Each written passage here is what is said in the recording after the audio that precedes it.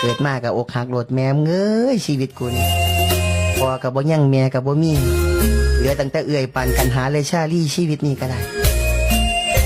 ลำบากสร้างแม่มันเถาะว่าตั้งแต่มีอยู่มีกินเนาะพี่น้องเนาะผู้สาวเอ้ยคอยอยู่ให้เจ้ากับบ่มาเนาะไอไปคอยอยู่หน้าเจ้ากับบ่อวย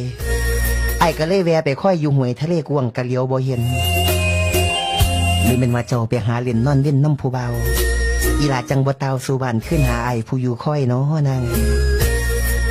หรือเป็นว่าทั้งใจลอยเป็นน้ำสู้ให้เขาถูรูปค้ำเบิงเดี๋ยวเบิงทางไอค่อยหึงจนว่าคุ้ยดอนออกลูกหน่อยค่อยแล้วก็คือจังบ่เห็นแท้เนาะอีหลานเฮ็ดใจลำบากอกหักซ้ำซากน้องขึ้นมาผู้สาวหรือแม่อ้างกะบ่ต่างกันเที่ยวจีบผู้ใดจะมีคนยากไปมาให้มา